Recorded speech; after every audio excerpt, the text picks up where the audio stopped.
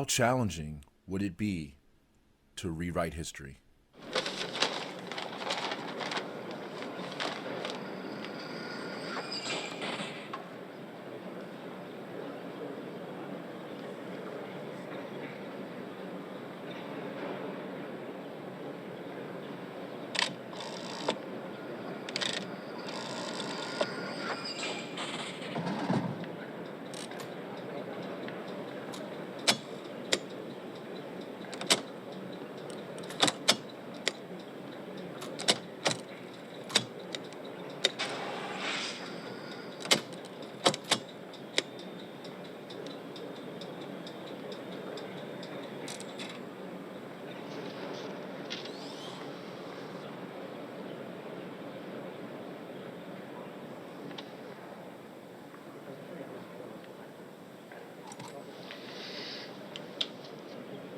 Rutherford unperson. Substitute Ogilvy. Ogilvy biog. Details as follows. War hero. Recently killed Malabar front. Today awarded posthumous Order Conspicuous Merit Second Class.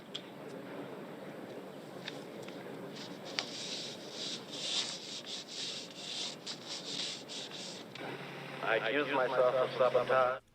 It's easier to change or even erase history than it is to document and preserve it. This is especially made easier when burdens are improperly shifted from those who ought to bear them, i.e. the ones seeking to overturn documented and established history, onto those who are trying to preserve it, from those who downplay or even reject evidence onto those who rely on evidence to make their claims. And the further we go back in time, the easier it is to do. But we needn't go back very far. You see, because simply shifting burdens this way makes the history denier's job easy. As evidence, witnesses, and time fade away, all the history denier has to do is make ever-increasing demands for the very things known to be lost in time. Over such a period, merely advancing any other possible theory, however improbable, becomes the easier of the tasks to complete, again, especially where the burdens are improperly shifted. Am I exaggerating? It was once settled that Harriet Tubman was an historical figure. Today, it's questioned. Tomorrow, she'll be nothing but a legend, a myth. It's time for another edition of Say What? This time we evaluate Dane Calloway's claim that Harriet Tubman is a fictional character and that the Underground Railroad has no correlation with the network of safe houses used to assist fugitive slaves, as historians have claimed. Rather, the Underground Railroad is an actual underground transit system that had been in place for centuries. Is there any evidence at all to support this claim? Have historians been lying to you all along?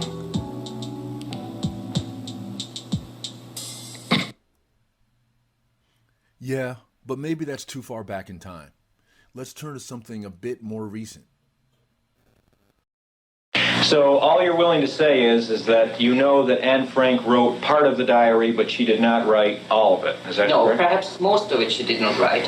In a sense, what is probably what did happen. Anne Frank did write something, And a lot of this was edited by Mr. Frank and his collaborators, and then it was presented as Anne Frank's material, and very possibly it could be that the diary today, which we have today, is in most cases not Anne Frank's writings. And this is what I like to find out. How much exactly is hers and what isn't?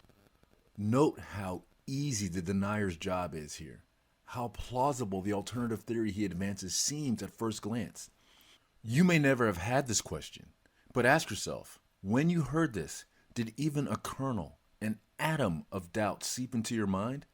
Of course, this is pure nonsense, a case built on a few trivial, circumstantial nitpicks, then blown ridiculously out of proportion.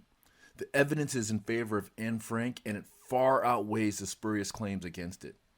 But this is less than 100 years from today. What will they be saying about her in 500 years? Imagine this same analysis, but only with something thousands of years prior and with less surviving material than we have on Anne Frank. Now, I already know what some of you are thinking. that it's unfair to frame the issue this way because there are times when we get the story wrong, and it's the historian's job to dig in and correct erroneous records. Sure, no argument here. The issues I'm raising now are those of evidence and burden placement. So in our analysis today, we'll be looking at the Gospels.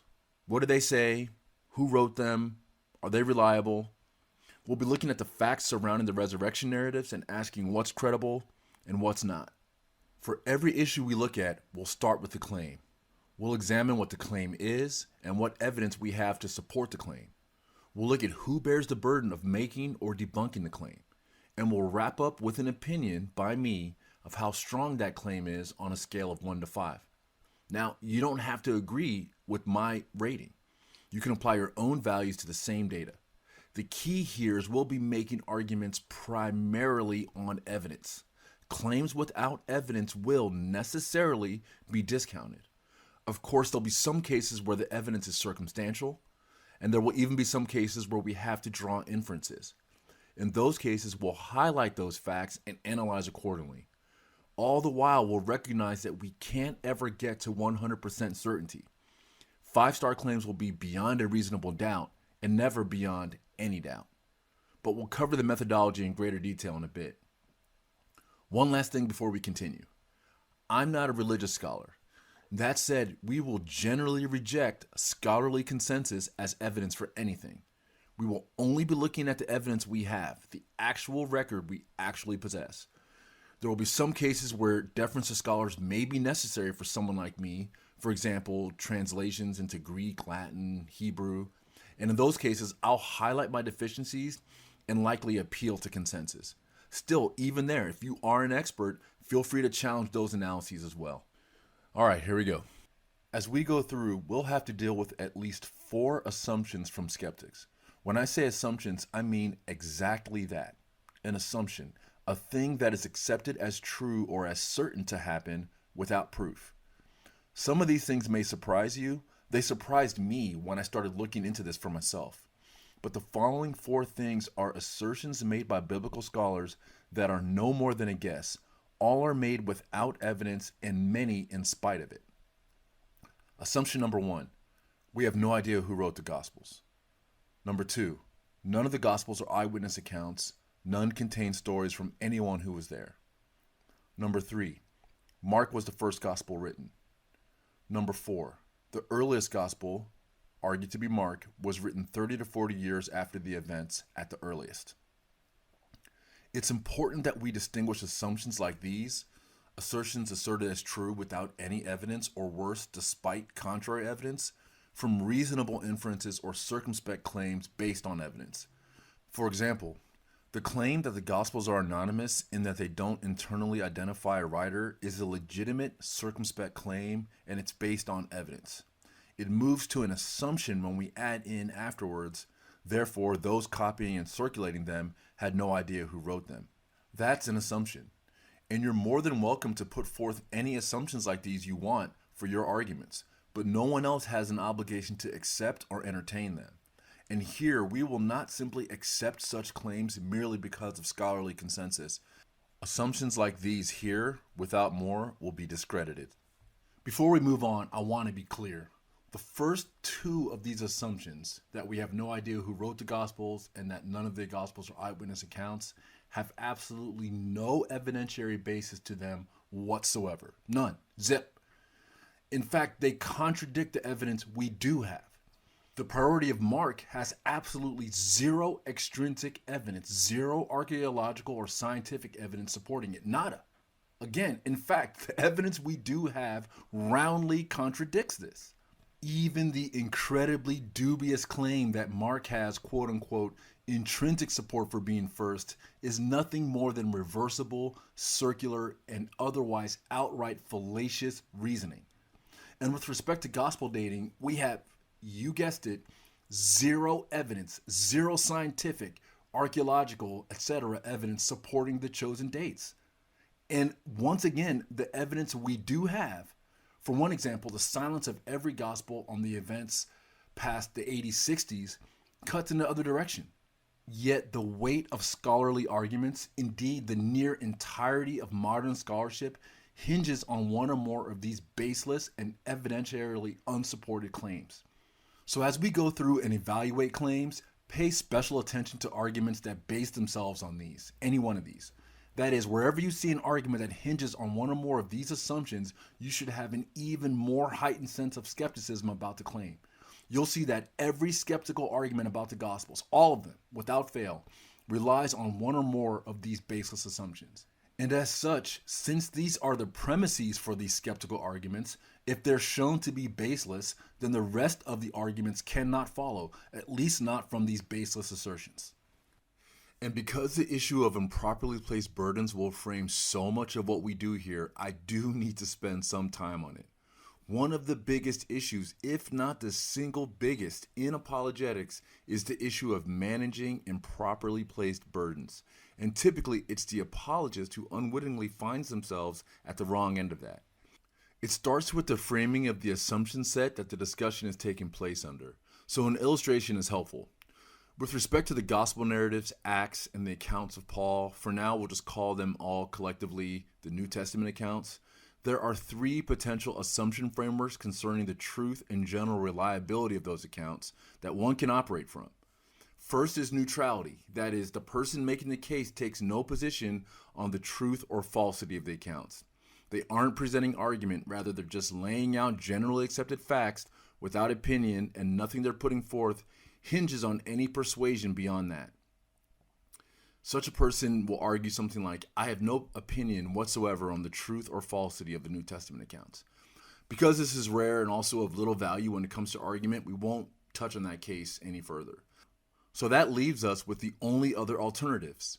First, that the New Testament accounts are true or mostly true, or, as the only other alternative, that the New Testament accounts are false or mostly false. That's really it. I believe the accounts are true, or I do not. There's nothing special there, so you're entitled to whatever of those two you choose, or even neutrality. However, when it comes to argument, the burdens that must be met will shift depending on the assumption taken. For example, here, I'll be operating from the assumption that the New Testament accounts are mostly true and reliable. As such, on that front, I bear the burden of making the initial prima facie case for that. That's not always necessary.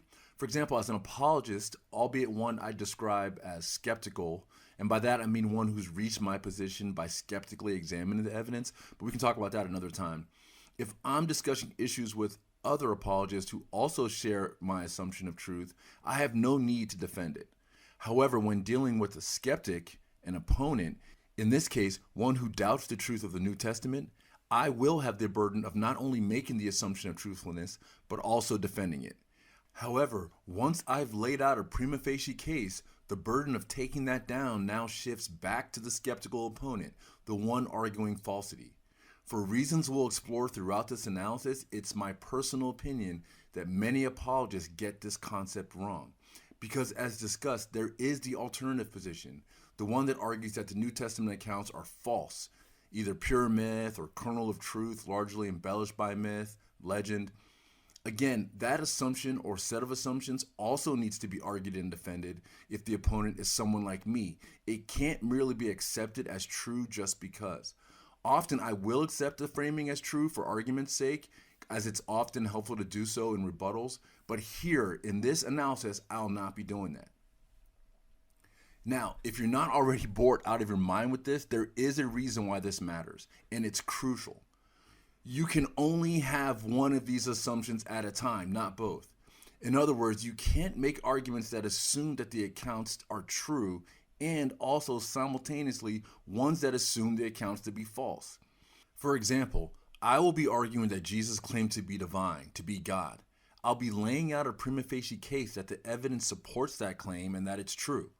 As one bit of support for this, I will argue, amongst other things, that many, if not most, early Christians widely held this view. Now, you can rebut that if you like. In fact, as you should. That's fine. But it must be on your assumption set of falsity. At the very least, falsity with respect to this specific claim, even if you accept the rest. And as such, it'll be your burden, if you argue this, to explain, for example, why the early church insisted on this tenet, but the same people never chose, when choosing to write fiction, to embed this claim squarely in their fictitious accounts. And behold, Jesus declared before all the crowd, "I am God," as you would expect in an account of pure fiction. What I won't allow you to get away with is arguing that the writers writing this fiction both didn't try to argue that Jesus was divine, and that, for example, they also argued that Jesus pledged to return in a failed second coming, something that only a divine being could do. You'll need to pick one or the other and then concede the one or the other. But before we move on, I want to highlight another example that's subtle and yet extremely common. We'll cover it later, so I just want to use this second example now for illustration and hopefully to make the issue a bit clearer. That's the issue of apostolic martyrdom. But again, it could be any other number of any other issues. The question of martyrdom asked by many, including perplexingly many apologists, is why would the apostles have died for a lie? The implication being that those who suffered martyrdom did so because they must have believed in the truth of Jesus' resurrection, as those who would know firsthand whether it was true or false. I suppose this is fine to argue for argument's sake, but it's not my burden to answer this question when I'm making my affirmative case. My case will show that the evidence favors the truth of Christianity, so I'm not obligated to, and I won't, defend arguments that assume the premise that Christianity is false, which is what the "why would the apostles die for a lie" argument has as a presumption. That a core tenet of Christianity, the apostles' genuine belief that Jesus resurrected from the dead, again, for now, not the actual fact of the resurrection, which we'll deal with elsewhere, is false. It's the skeptical opponent who's operating under the assumption that the accounts are false, myths, made-up legends, not me. As such, it's not my burden, but theirs to show why false, phony accounts, made up or embellished, fail to nail down the martyrdom fact set. That's their burden under their assumption set, not mine. I'm laying out a case that argues that these accounts and, for example, the apostolic beliefs are true. And because I argue that they are true, I have no obligation to also assume that they could be false and then defend the apostolic beliefs against an assumption I don't even concede and haven't been compelled to concede. I don't need this martyrdom fact set to otherwise make the claim that there's ample evidence in and out of the New Testament that supports the apostolic beliefs in Jesus' resurrection. So if you disagree with the case, which is fine, it's your burden, not mine, to explain, for example, how these absences of embellished martyrdom myths in the made-up New Testament accounts is consistent with an account of fiction. But I don't otherwise owe that assumption of falsity any deference until you've successfully rebutted my main case. And by that, I mean with more than scholarly consensus and conjecture, with actual evidence. In short, I'm not obligated to operate simultaneously under the assumption that these accounts are true and also false, as most skeptics ask of us. You can't tell me both that the evidence doesn't support the affirmative position that the apostles and Paul believe that Jesus resurrected from the dead, and that these are fictitious accounts where the writers made numerous claims about Jesus' resurrection but neglected to nail down the martyrdom fact set at the same time, without also showing me why the writers writing fiction didn't also tell us that Matthew was thrown to lions or that Philip was impaled, etc. As the one claiming this is false, you have the burden of convincing me why a writer failed to include these things, or else I'm not buying it. Because, for example, I could argue that the absence of such embellishments lends credibility to the truthfulness of these claims rather than the other way around. That if these writers weren't just writing down what they actually believed to the best of their recollection, that we would see more fact sets like this. And I could also argue that the reason we don't see this stuff is because these accounts were written fairly early. In short, you have to choose one assumption framework, not both. Now, you may not care what my approach is, and that's fine. If you want to argue in your own bubble and persuade yourselves, that's fine. That's what most religious scholars like to do anyway. I'll lay out the case here, and it's up to you to rebut it or not. But this is also a call to other Christians. Stop letting skeptical opponents improperly dictate and frame arguments in this way that requires you to defend two conflicting assumptions simultaneously. Okay, so to wrap this up, I'll be laying out a prima facie case for the truth of the New Testament accounts here. I'll be using the evidence we have and arguing from that. You can think of the argument as a simple syllogism. Premise 1. For Christianity to be built on truth and reliability, the weight of the evidence must favor that truth and reliability. Premise 2. The weight of the evidence does favor that truth and reliability. Therefore, premise 3, Christianity is built on truth and reliability. Now, to rebut this, you need to rebut the second premise, which concerns the evidence. And the evidence is what we'll be focusing on here. But the kicker is, unless that's persuasively rebutted, I'm not obligated to, and I will not, entertain arguments that shift the burden back to me. All right. In many of my earlier videos, I've offered rebuttal arguments for the skeptical claims made against the Gospels. In rebuttals, I try to take the claims as offered and present responses to those. In this video, I will be putting forth an affirmative case for the Gospel accounts, and so I will not be giving any deference to any unsupported claims. I'll show why, on the record we have, the Gospel narratives are far more likely to be accounts of true historical events than not, setting aside for now the supernatural claims. For Christians, especially Christian skeptics like me, those for who whatever reason needed more than a Sunday school pastor narrative to come to any conviction, you can rest assured that the evidentiary basis for Christianity is built on solid ground. Of course, many will disagree with this, and that's fine. But if you want to persuade someone like me that I'm wrong, if that matters to you at all, and maybe it doesn't, you'll have to rebut the arguments I make here with something more than scholarly consensus or baseless assertions that lack any evidence. None of that nonsense will work with me, because I don't trust most of the religious scholars, skeptics, or otherwise to dig in and do this work with the rigor that it deserves. Indeed, I've exposed so many unfathomable mistakes and inconsistencies from the Academy that I've been forced to look at their evidence for myself. And that is what we'll be doing here, looking at actual evidence. Now you may say, why should I listen to him? He's not a scholar. He's a biased Christian with an agenda. Look, even setting aside the baked-in ad hominem, I hope you can see from this that I'm approaching the subject matter fairly. Now, I do have an agenda. I want this to be true. So if that bothers you, then you can skip this video entirely. But just because I want this to be true doesn't mean that the arguments I make here are incorrect. There was a point in my life where I wanted the opposite to be true. And it was only after doing my own work that I realized I could no longer ignore what I believe and will show here to be the better case, that the gospel accounts are largely true and accurate accounts of the latter part of the life of Jesus Christ and his disciples, his death, and the subsequent belief from his followers that he was resurrected from the dead. I will avoid any supernatural claims here, as I've said. That's my stylistic approach, and it's not because I don't believe them, I do, but it's because I don't think we need them for the arguments that I make here. Now, I recognize this can be an emotional topic. It certainly is for me. I've made no secret about the fact that I feel let down by most of the Religious Studies Academy for pushing agendas that clearly have no other aim than to discredit the gospel account, regardless of the evidence that there is, and accepting whatever wacky and fantastic theories that can be put forth. So I will be pulling no punches here. I feel no obligation to accept any of what they put out as authoritative. You can decide whether I've done a good job with the data or not, or you can skip this entirely if you're too emotional to hear a reasoned affirmative argument from a skeptical apologist.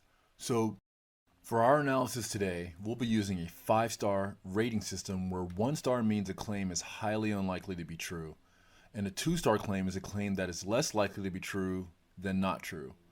2.5 stars means the evidence is equivocal and can go either way. Note, in the rare cases we reach this equivocal conclusion, the claim will be weighted negatively by a feather against the side who bears the burden of advancing the claim.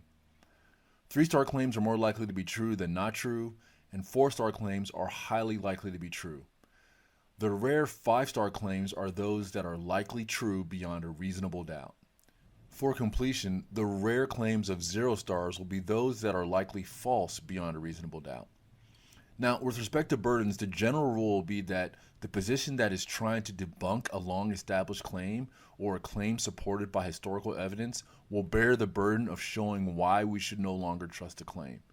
Similarly, where a claim is being advanced that either lacks evidence or, on the other end of the spectrum, requires the demonstration of extraordinary evidence, for example, the claim that Jesus rose from the dead, The position trying to advance that claim will, of course, bear the burden. With respect to weighing evidence, the further we go back in time, the higher weighting the evidence will get.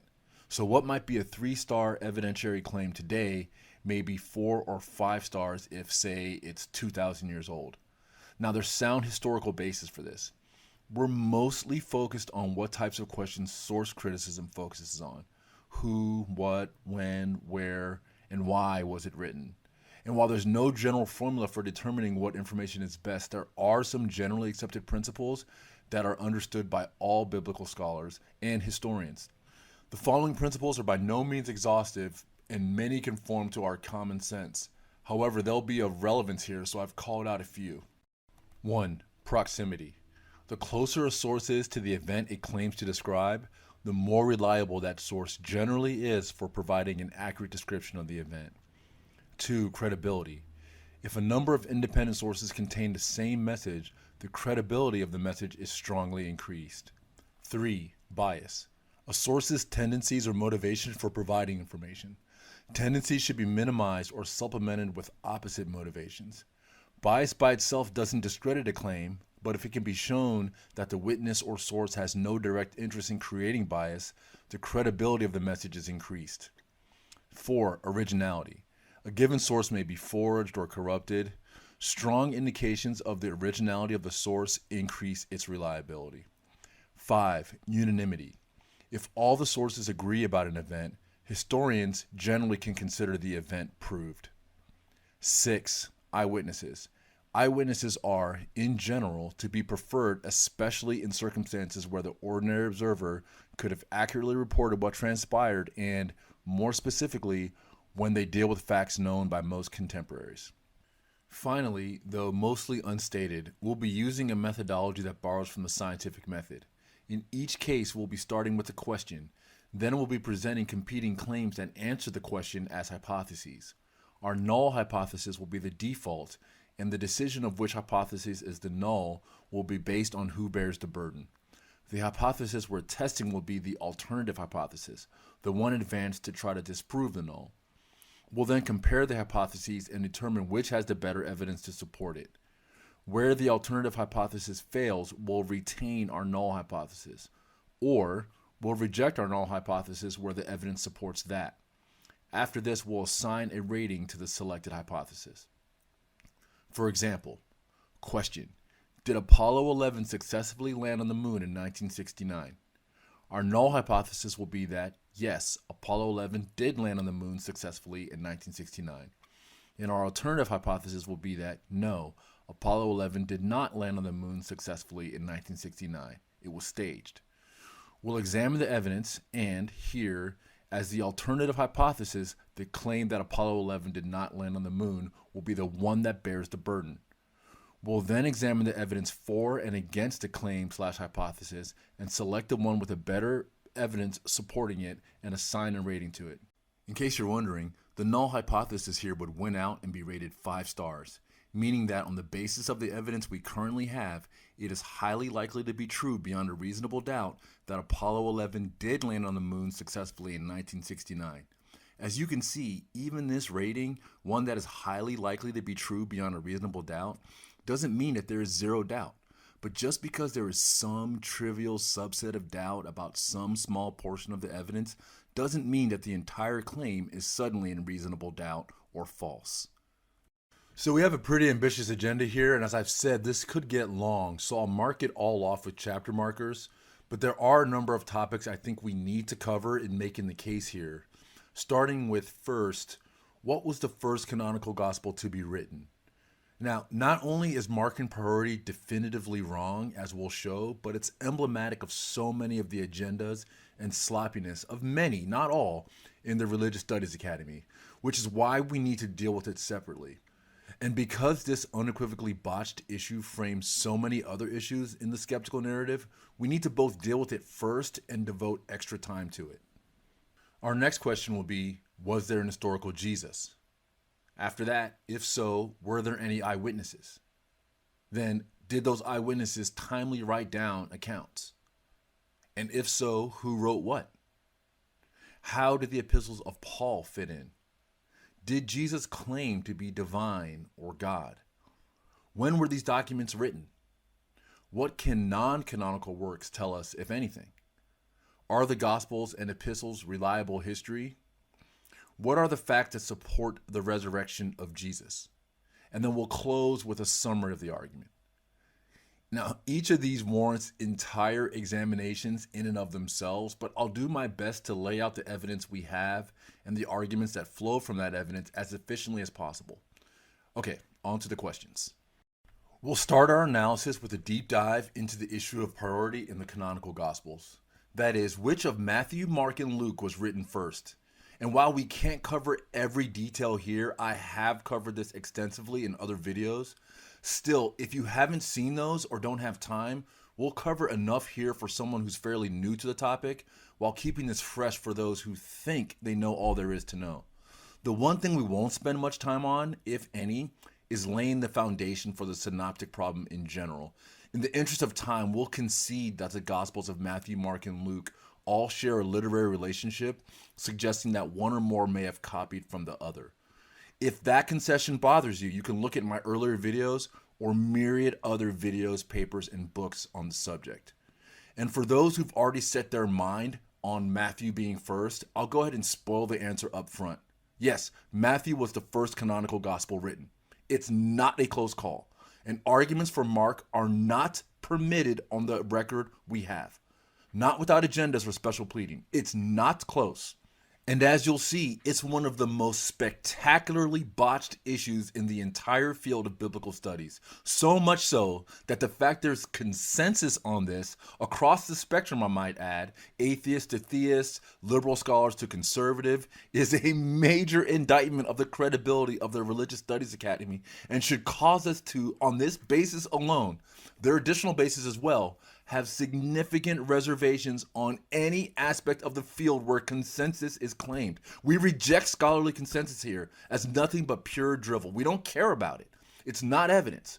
We only care about the evidence leading to the consensus. And on the issue of marking priority, there isn't any extrinsic evidence at all. Nothing.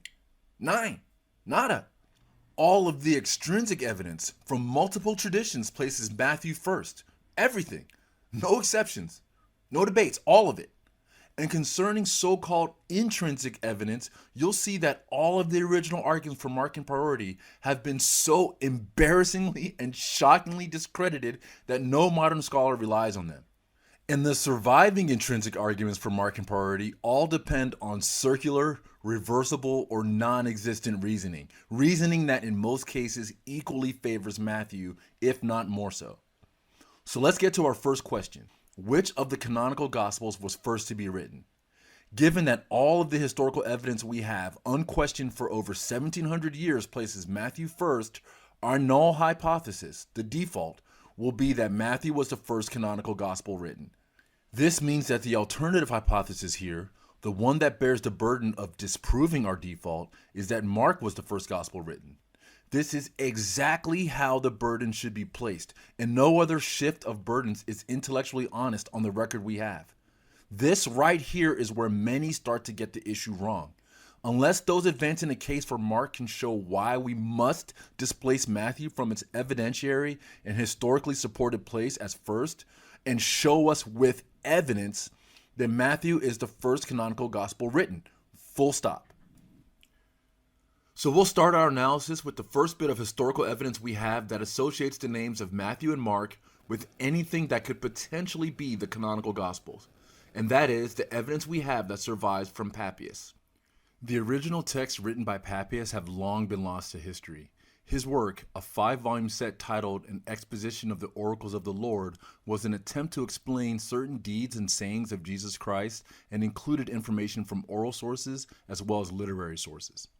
Though the complete text is now lost, excerpts of Papias' writings have been preserved in other ancient documents, most notably those of Eusebius in his ecclesiastic history and in the works of Irenaeus and others.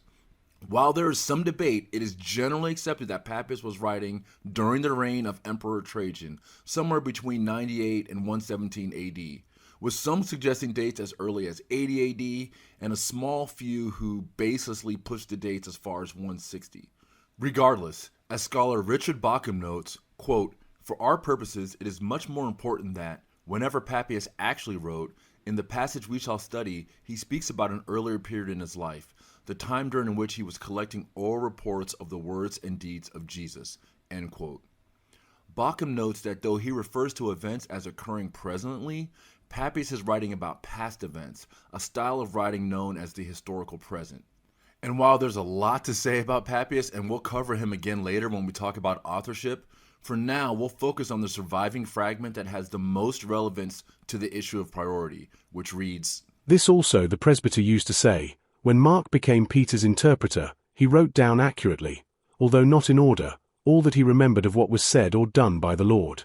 For he had not heard the Lord nor followed him, but later, as I have said, he did Peter, who made his teaching fit his needs without, as it were, making any arrangement of the Lord's oracles, so that Mark made no mistake in thus writing some things down as he remembered them. For to one thing he gave careful attention, to omit nothing of what he heard and to falsify nothing in this." Now, this has been related by Papias regarding Mark, and regarding Matthew he has spoken as follows. Now Matthew collected the oracles in the Hebrew language, and each one interpreted them as he was able. Our question here will be, was Papias referring to the canonical Gospels of Mark and Matthew in this passage? Our null hypothesis will be that he was referring to the canonical Gospels of Mark and Matthew here, because, for one, he uses the names Mark and Matthew in reference to written works about Jesus. And while there's more to discuss, that alone is sufficient grounds to lay out a default theory. Now, it doesn't mean that theory is the right one. But when choosing where to start with history, it makes sense to start here where we have some evidence rather than the alternative where there isn't a lick of evidence. That's to say, there isn't a lick of evidence other than scholarly consensus, and as we all know, scholarly consensus is not evidence. And so, the alternative hypothesis, the one that bears the burden of disproving the null here, is that Papias was not referring to canonical Mark or Matthew, but instead to something else. So let's analyze. It may not be obvious at first what this passage has to do with priority. It says nothing about which of the two Gospels it's argued to refer to here, Mark or Matthew, was first. And on this passage alone, it's impossible to make a priority claim without drawing some inferences, or even worse, without special pleading. Suffice it to say, as we'll examine in greater detail later, the earliest historians, for example Irenaeus of Lyon and Eusebius of Caesarea, both had access to Papias' full volume and both unequivocally affirm Matthew as being first. Thus, only a minor inference need be drawn here that if the original Papian work said anything other than that Matthew was first, or nothing at all on the subject, then Irenaeus and Eusebius both would have had to go rogue as against Papias on the issue of priority.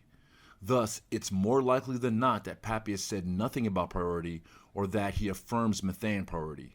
It's less likely than not that Papias would have argued that Mark was first, given the record. And arguments that he affirms Mark in priority here because, say, the fragment discusses Mark first are pure special pleading and require too many inferences as to be credible. Moreover, there's no obvious apologetic reason to place Mark first or second, not without the bias of modern viewpoints. The link of Mark to Peter, besides being an unnecessary thing to fabricate if it wasn't already the tradition, after all, Papias could have just called this the gospel or logia according to Peter if he was fabricating, doesn't seem to have caused any meaningful strain for the earliest historians. Something we'd expect, again, given Peter's prominence, certainly with respect to Matthew at least at the time. Arguably, if it was not otherwise contradicted by tradition, it could have made just as much apologetic sense to place Mark second rather than Matthew, or drop Mark and place Peter as first. However, we don't see any of this, but that's a bit of a digression. In short, we shouldn't use Papias alone to argue priority, and so I will not. So why did we bring up this passage at all for the priority issue? It's because this passage is significant for associating the Gospel of Matthew with an original Semitic version, likely Hebrew. And because scholars claim that Matthew couldn't have had an original version in Aramaic or Hebrew, a dubious claim with flimsy support, scholars claim with equally suspect consensus that the early patristic historians who argue Matthean priority and reference a Semitic Matthew must be discredited. For example, Irenaeus. Now, there are a number of less than charitable arguments for why scholars feel compelled to take such an unsupported position. For now, I'll avoid those and advance the one charitable one. That is, scholars feel otherwise convinced that Mark, based on poor intrinsic arguments, must have been first. As we'll show decisively, that basis fails, and thus harmonization of the patristic record with the notion that Mark must be first is no longer supported. The following excerpt comes from scholar Dr. Camille Gregor, and it's exemplary of how modern scholars deal with the patristic record. This is not meant as an attack on Dr. Gregor. As you'll see, and as I've discussed elsewhere, he's one of the few scholars who at least tries to back up his claims with evidence, even where speculative. And when it comes specifically to the Gospels, early Christian authors make several claims about their origins, which we can actually fact-check. And when we do, they turn out to be false. Namely, ancient Christian authors who say something about where the Gospel of Matthew came from, other than that Matthew wrote it, make one of the following claims, usually both. That it was written first, and that it was originally written in Hebrew. Both of these claims are false. The Gospel was written in Greek, and it's a rewrite of the Gospel of Mark. Here, Dr. Gregor repeats two claims that essentially represent the scholarly consensus. One, Matthew couldn't have had a Hebrew precursor, and two, Matthew is a rewrite of Mark. We'll cover the horrendous argument about Matthew being a Markan rewrite. Seriously, it's so shockingly bad. Anyway, we'll cover that in short order. However, when one digs in to look for the evidence for the scholarly claim that Matthew couldn't have had a Semitic original, we're left with nothing but flimsy repeats of the same arguments of others who repeat the same conclusory claim that Matthew doesn't appear to be a translation from Hebrew without any real basis for the argument. Dr. Gregor doesn't back up the claim here. He doesn't have to, given that these two claims are so entrenched in the consensus that it wouldn't be a good use of his time. But as best as can be put together, the following are the arguments against Matthew having a Hebrew original. 1. No Hebrew original is extant. 2. Some scholars who are familiar with Greek and Hebrew claim that Matthew doesn't bear the telltale signs of being an originally Hebrew work. 3. Many references to the Old Testament in Matthew come from the Greek Septuagint rather than from the Masoretic Hebrew Old Testament. 4. Jesus appears to have occasionally spoken in Greek, and this is unfathomable given the presumption that Jesus and his followers were monolingual peasants who could only speak and understand Aramaic. Covering all of this in great detail would take hours, but fortunately we don't have to. Why? Because we're dealing with evidence, not baseless speculation, and the evidence for these claims is unsurprisingly scant. Is there any good basis for doubting the patristic testimony other than the fact that an original Matthew is no longer extant? That's our question. So here we'll ask, could canonical Matthew have been a translation of a Hebrew original? Our null hypothesis, supported by the evidence from the historical record, is that Matthew could have been a translation from a Hebrew original. And our alternative hypothesis is that Matthew could not have been a translation from a Hebrew original. To start, we can toss non-extancy out the window offhand. This is an inherently suspect claim for a few reasons. First, as nearly all historians will concede, the literate church and relevant world at this time was Hellenic, and Hebrew and Aramaic were both being increasingly phased out of everyday use, not only by the general literate public, but by scribes as well. The Old Testament was already widely circulated in Greek, known today as the Septuagint.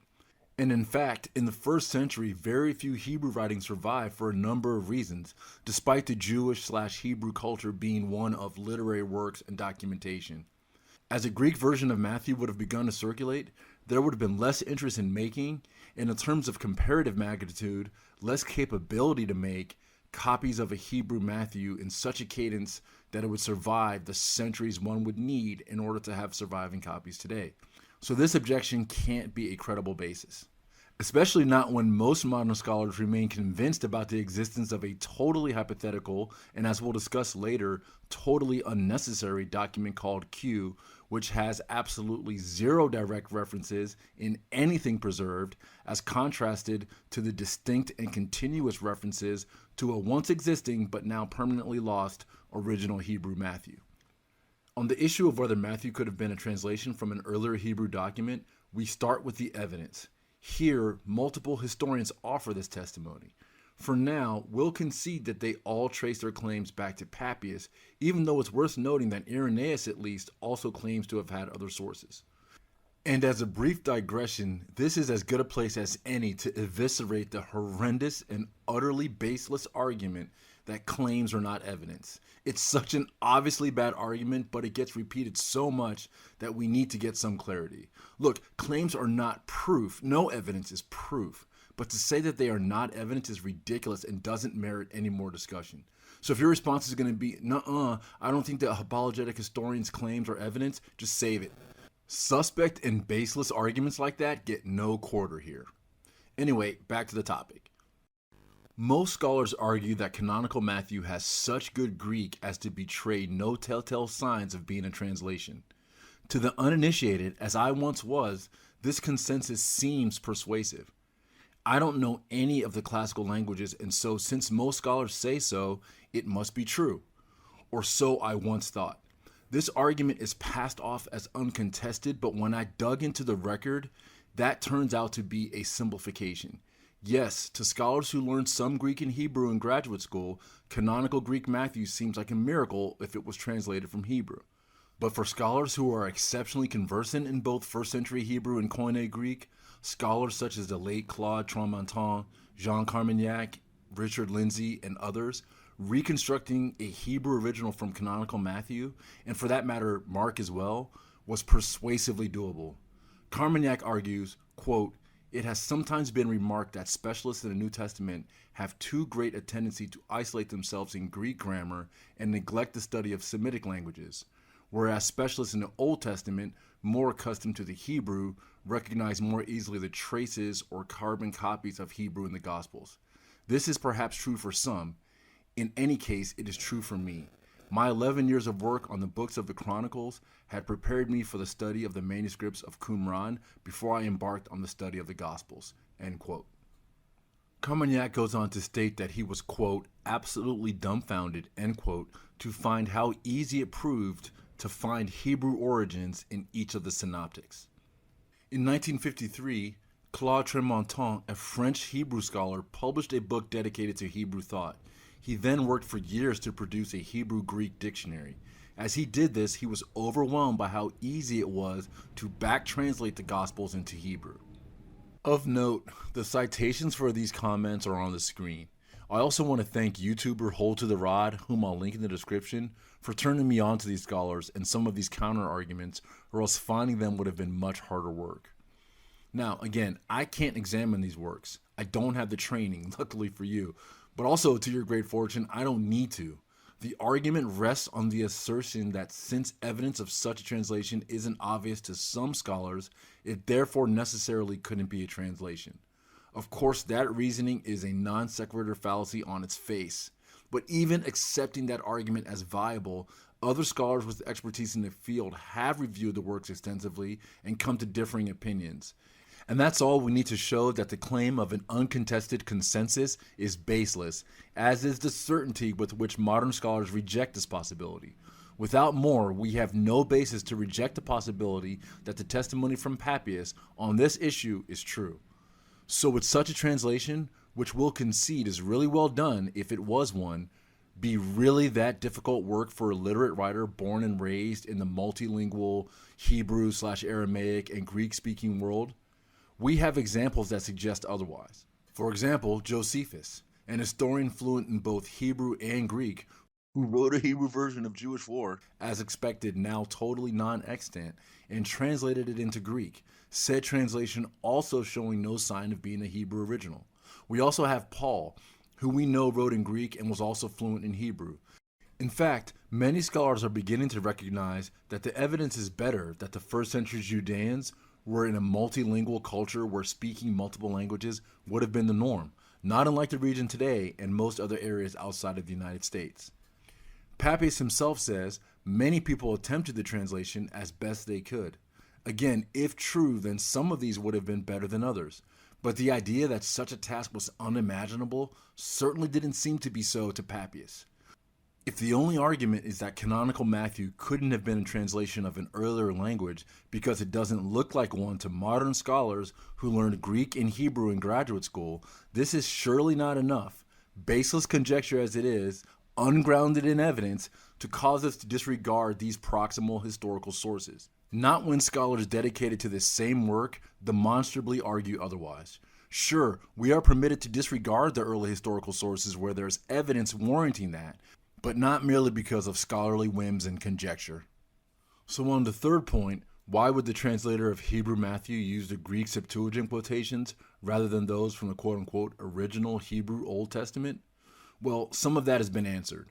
The Septuagint was by far the more commonly used version of the Old Testament at the time, and without getting into the primacy of it versus the Masoretic Old Testament, a deep dive far beyond the scope here and well outside of my area of expertise, it's certainly not unexpected that a translator would use it, the Septuagint, when translating a Hebrew document into Greek. But the point for us here is that speculation on this issue certainly can't itself be the basis for rejecting the preserved testimony from the early church historians. And likewise, for the fourth argument, we're required to speculate that Jesus couldn't have, and never did, preach anything in Greek from the Greek Septuagint. Again, there's no evidence that can be put forth that compels us to take that point of view. It's too simplistic of an argument to deal with seriously because, again, it assumes too much. Even if we assume that Jesus couldn't and didn't speak an ounce of Greek, evidence for which is lacking, I might add, is there any reason to think a skilled translator couldn't decide to reference quotes that are only found in the Septuagint? Again, if the aim is to put forth a writing in the lingua franca, the possibility or even likelihood can't be eliminated by mere speculation alone over a couple of excerpts. Not again when we have testimony that says otherwise. Only when harmonization with that testimony, historical harmonization, categorically fails do we need to insist on alternative theories. So on the question of whether Matthew could have been a Hebrew original, our default hypothesis carries the day with 3 stars. It's closer to 3.5, but since we don't have that as a score, we'll call it 3. It is more likely true than not. The evidence from Papias and others pushes us over the top, as does the support from modern scholars who've done these translations. But the lack of exigency and the lack of certainty about the languages Jesus and his apostles could have preached in is enough to keep us from 4 stars. Still, the better argument is that a Hebrew Matthew was possible. Now is as good a time as any to revisit some of the assumptions we discussed earlier, one being the claim that we have no idea who wrote any of the Gospels. One has to ask, where do scholars get the foundation for such outlandish claims? As we'll see here, already around the turn of the century, we have a historian who at the very least seems to have some idea about early authors of the texts. But no, scholars want to tell us that these texts referred to by Papias weren't the canonical Gospels. So let's take a look. As I studied more and more using my intelligence as an evangelical, but also praying about it, I became convinced that the New Testament Gospels were not written by eyewitnesses or by people who knew eyewitnesses. The first point to make is the rather obvious one that the Gospels don't claim to be written by eyewitnesses. They are all anonymous. The titles in your Gospels, the Gospel according to Matthew and so forth, were added by later editors. They were not put there by the original authors. Second point, none of the Gospels claims to be written by the person whose name it bears. They don't claim to be written by eyewitnesses, and they don't claim to be written by people named Matthew, Mark, Luke, and John. Those are later traditions that were added to the Gospels. These traditions do not start appearing for about 100 years. Some people think that there is an early church father named Papias who attests to the witness of Mark and Matthew, but in fact there are very solid reasons for thinking that Papias, who lived around the year 120 to 140, is not referring to our Mark or our Matthew. The first time anybody refers to Matthew, Mark, Luke, and John by name is Irenaeus in the year 180, 100 years after these books were written. My understanding of the Gospels, as they've come down to us, is that they were anonymous, and we don't know their names, and they're not built on eyewitness testimony. Do you see how easy it is to rewrite history? Now, we'll get into authorship later and the sleight of hand used by scholars when they claim that the Gospels were circulated anonymously, the clear implication being that no one at the time that they were circulating knew who wrote them. But look how simple the job of the modern historian is. All they have to do is simply make the claims, and in one quick swipe, Papias is gone. Everything we just went through, deleted. Nope, Papias was talking about something else. Yes, he refers to the writers, casually mind you, as Mark and Matthew. And yes, I know those are the names that delusional Christians attribute to two of the canonical Gospels, but trust them, the scholars. They have actual evidence that Papias wasn't referring to canonical Matthew or Mark, but instead to something else. Yes, Papias claims to have gotten this tradition from eyewitnesses and even claims to have known some. And Eusebius backs this up, which, if accurate, alone eviscerates the claim that we have no idea who wrote the gospel accounts and that they weren't eyewitness accounts or accounts of those close to eyewitnesses. But nonetheless, the scholar 2,000 years later says, nope, history schmistery, Control-Alt-Delete, and presto, this evidence is gone. See, once not too long ago, it would have been difficult for someone like me to fact-check these claims. I would have had to trust the scholars to give us the evidence and the arguments. We would have had to take their word, but no more. All of the evidence is out there, easy to access, and simpletons like me can fact-check every single one of these baseless claims now. And so the gig is up. Again, Dr. Gregor. In a fragment we have from the early church father Papias, we see he says that Matthew and Mark were gospel authors. In the rest of this video, I'd like to briefly touch on several miscellaneous aspects of the debate. Let's start with Papias and Irenaeus, because these are the two authors who can be placed at the end of a line of oral transmission of information that reportedly goes back to Jesus' own disciples. And so, the reasoning goes, they would be in a good position to know who the gospel authors were if the traditional gospel authorship is correct. It's been frequently pointed out that the two literary works that Papias ascribes to Mark and Matthew are not the two canonical gospels.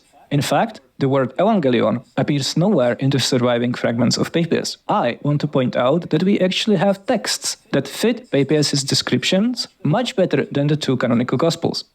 Papias says that Mark wrote down everything he could remember from the preaching of Peter and was careful not to omit anything he heard. If this is talking about the Gospel according to Mark, it means either that Peter never talked about the Sermon of the Mount, about the virgin birth, or about Jesus' post-resurrection appearances, including to himself, or that he did, but Mark kind of forgot about it. But we do actually have surviving evidence of collections of apostolic preachings. We have fragments of the already mentioned preaching of Peter. We know that other pseudepigraphal preaching collections also existed, for example, the preaching of Paul, but we also have stuff like the Petrine speeches in Acts 2, 3, and 10.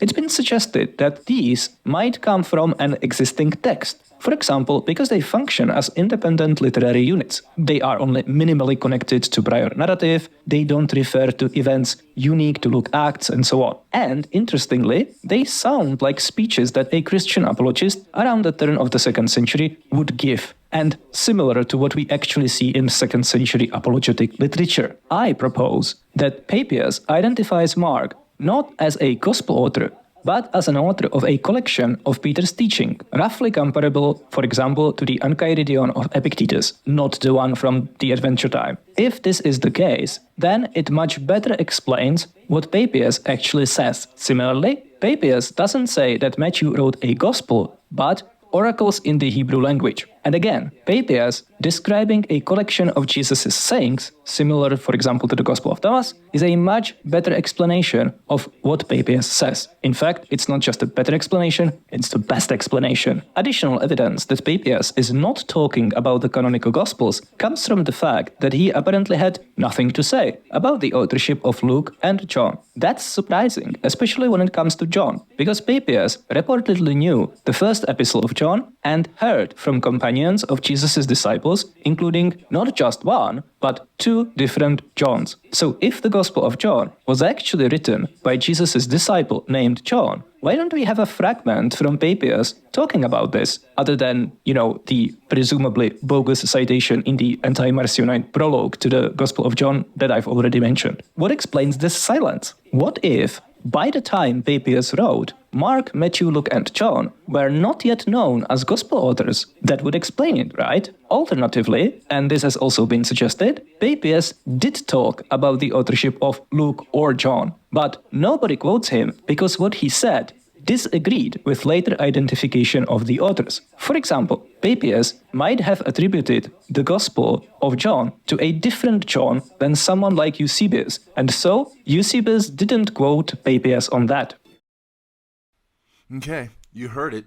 Again, at least here we're given some tangible theory, however unsupported by any other facts, that Mark, as discussed in Papias, wasn't canonical Mark. Remember, scholars need this to be true in order to make the claim that we have no idea who wrote these accounts.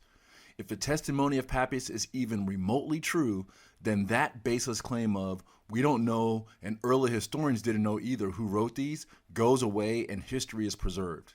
So what about Dr. Greger's claim that Papias wasn't referring to canonical Mark or Matthew, but instead to some other preachings? Let's look at the actual evidence and move beyond scholarly conjecture. First, Dr. Greger argues that euangelion appears nowhere in the preserved texts. Instead, Papias refers to the text as logia, which many scholars translate into something akin to oracles, a word with sacred connotations. Now, some scholars translate this word simply as sayings, but the plain text undermines that, since in Papias' reference to Mark, where he uses the word logia, also the same word he uses to describe Matthew, he says about this same text that Matthew wrote down, quote, all that he remembered of what was said or done by the Lord. The or done part clearly extends the reference here beyond mere sayings. Now, this is a deeper dive, but one that we don't need to get into here to make the case. Even conceding that euangelion doesn't appear, as we must concede, doesn't make the case here, for a couple of reasons. First, note that Dr. Greger makes the claim that because the fragment from Papias says, quote, all that he remembered, and Mark doesn't talk about all the things like the Sermon on the Mount, the virgin birth, or even the highly intellectually dishonest claim about the omission of post-resurrection appearances, all of which we'll cover later when we examine Mark's redaction profile, then this couldn't be referring to the Gospel of Mark. Now, it's an odd claim, that is, unless Dr. Greger is going to show us another document that does happen to have, quote, although not in order, all that Mark or Peter remembered of what was said or done by the Lord, end quote. Of course, we don't get that from Dr. Greger. What we get instead is speculation about a potential collection of writings that Mark may have written about Peter's teaching, even though we have no historical evidence making this claim. But that's not even the kicker. Dr. Greger would have to argue, in order for this point to have any utility at all, that such a document was indeed all that Peter or Mark remembered about what Jesus said and did. But Dr. Greger claims this was a 2nd century creation, long after Peter was dead, a 2nd century apologist who was preaching about Peter preaching. Does this entirely hypothetical account contain, quote, all that was said and done by the Lord, end quote? This never attested account that doesn't even survive? It should be obvious how dubious the claim is that because canonical Mark doesn't contain everything, some other document never attested to and non-extant does contain everything. If there truly is a better document that fits all of the facts laid out by Papias, let's see it. Show us the evidence. There isn't any, and everyone knows it. This is all we get. And the baseless theory proposed by Dr. Greger is probably the best. At least I haven't heard any better alternative. And one would assume that they would have put it forth if it existed. But we're already doing far too much speculation, as is the pattern with modern scholars who operate in a fact-check-free environment. To start, what many who look at these passages get wrong is that it's not just that we have to interpret what Papias meant, but also, and I'd argue even more importantly, what the preserved works of Eusebius tell us about what Eusebius himself understood Papias to mean. Eusebius had the 5-volume set before him, and so if there was some reason to believe that Eusebius interpreted Papias as referring to anything other than the canonical Gospels of Matthew and Mark, such evidence does not survive. Instead, we have statements from Eusebius such as this. Yet nevertheless of all those who had been with the Lord only Matthew and John have left us their recollections, and tradition says that they took to writing perforce. Matthew had first preached to Hebrews, and when he was on the point of going to others, he transmitted in writing in his native language the gospel according to himself, and thus supplied, by writing, the lack of his own presence to those from whom he was sent. Likewise, 2 centuries before Eusebius, also with access to Papias' full 5-volume set, Irenaeus not only corroborated the account from Papias regarding Hebrew Matthew, but he too said that canonical Matthew was the first gospel written. Given this, The better inference is that nothing in Papias contradicted the notion that Papias was referring to canonical Matthew, nor that Matthew was first. More to the point, the inference that Papias' full volume was referring to canonical Matthew and Mark is far more likely than any inference otherwise. Again, first because the historians who had access to the 5-volume treatise make similar claims to Papias, that Matthew composed an original gospel in his native language, and these same historians place Matthew as first. If these were just some random sermons by Peter, it strains credulity to argue that Papias would have bothered to discuss the random sermon's order or lack thereof, while also seemingly supporting Matthew's quote-unquote order. It appears to scholars across the spectrum that Papias is doing apologetic work on behalf of Mark here. However, this cuts in favor of these references being the canonical ones and not against it. This is only further emphasized by Eusebius' decision to include this Papian excerpt at all.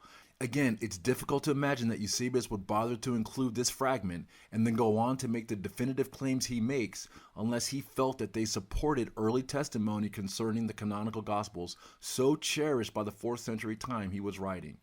Does this definitively prove that Papias was referring to canonical Matthew and Mark? No, but the inferences are far more credible that it does, and any story that these coincidentally chosen names signify something else. All the more reason why the claim that the early church had no idea who wrote these Gospels is nothing but baseless conjecture, but we'll get to that in due time.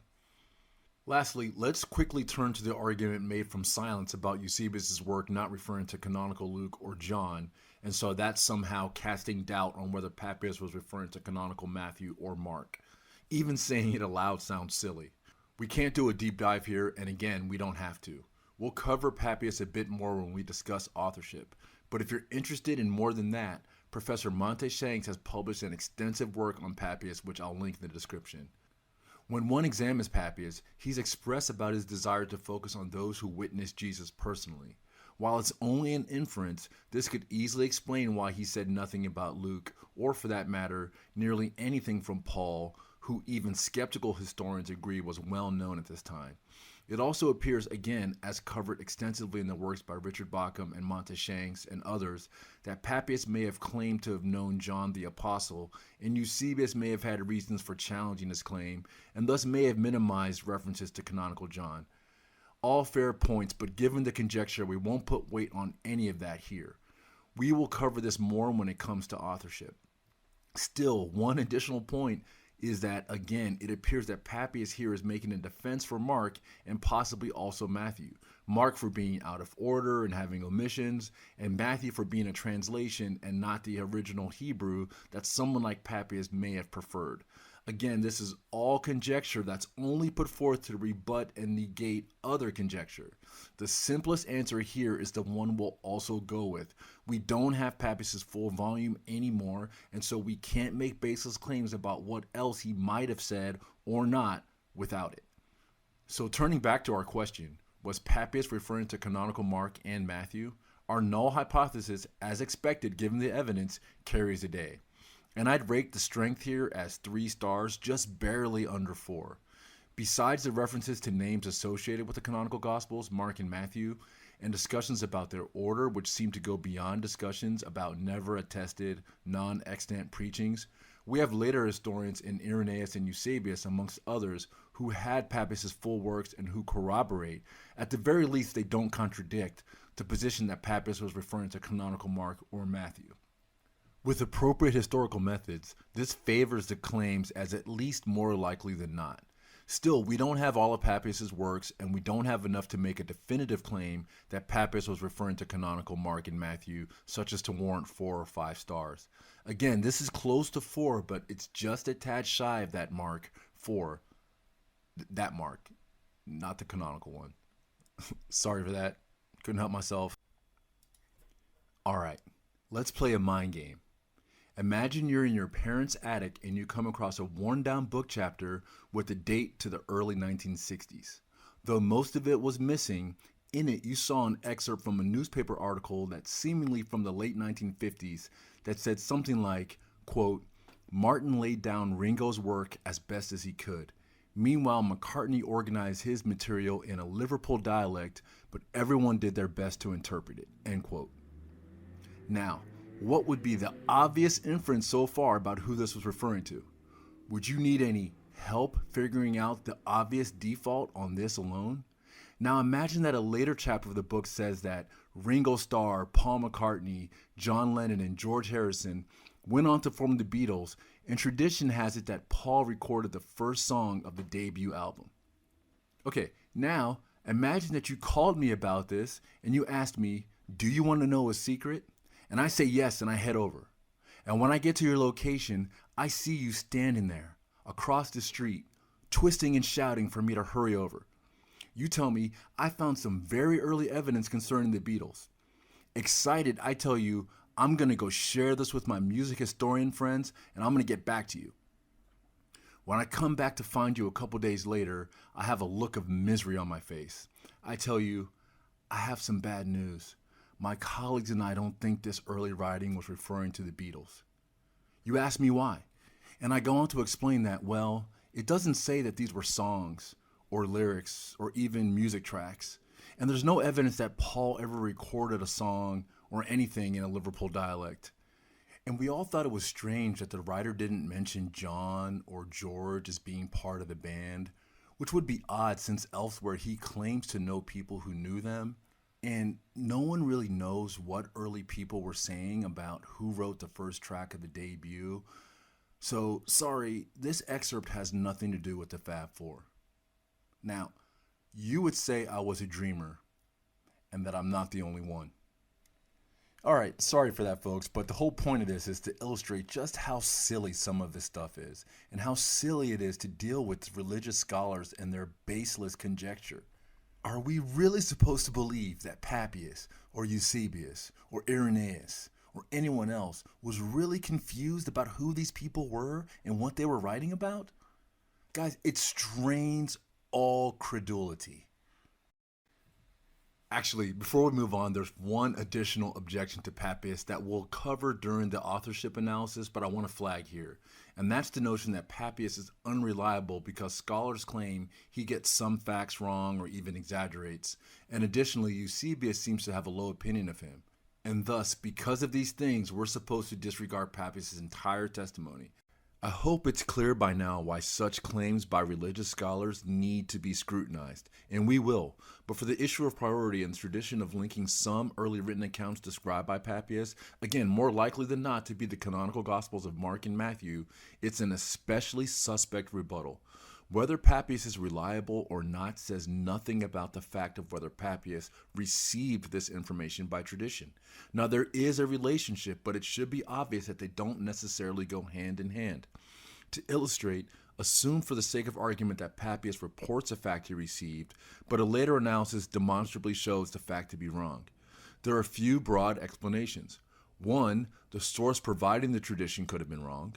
And that wouldn't alone make Papias unreliable if he's just reporting what he learned. Alternatively, Papias could have gotten the tradition wrong or even made it up. Or perhaps Eusebius could have fabricated it. Again, I hope it's obvious that when doing a historical analysis, we need evidence to support otherwise baseless claims like these, that Papias or Eusebius or anyone else is a liar or a fabricator, plus some demonstrated motivation for this specific alleged bias. Even if one strains to make such an argument, it carries little weight on priority because later historians make similar claims to those of Papias.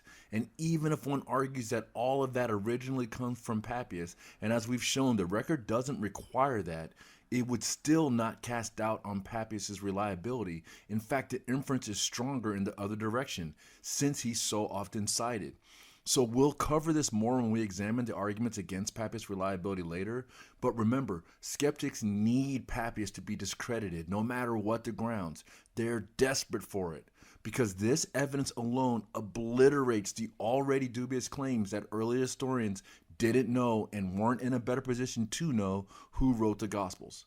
Okay, now really, on to Irenaeus and Clement of Alexandria.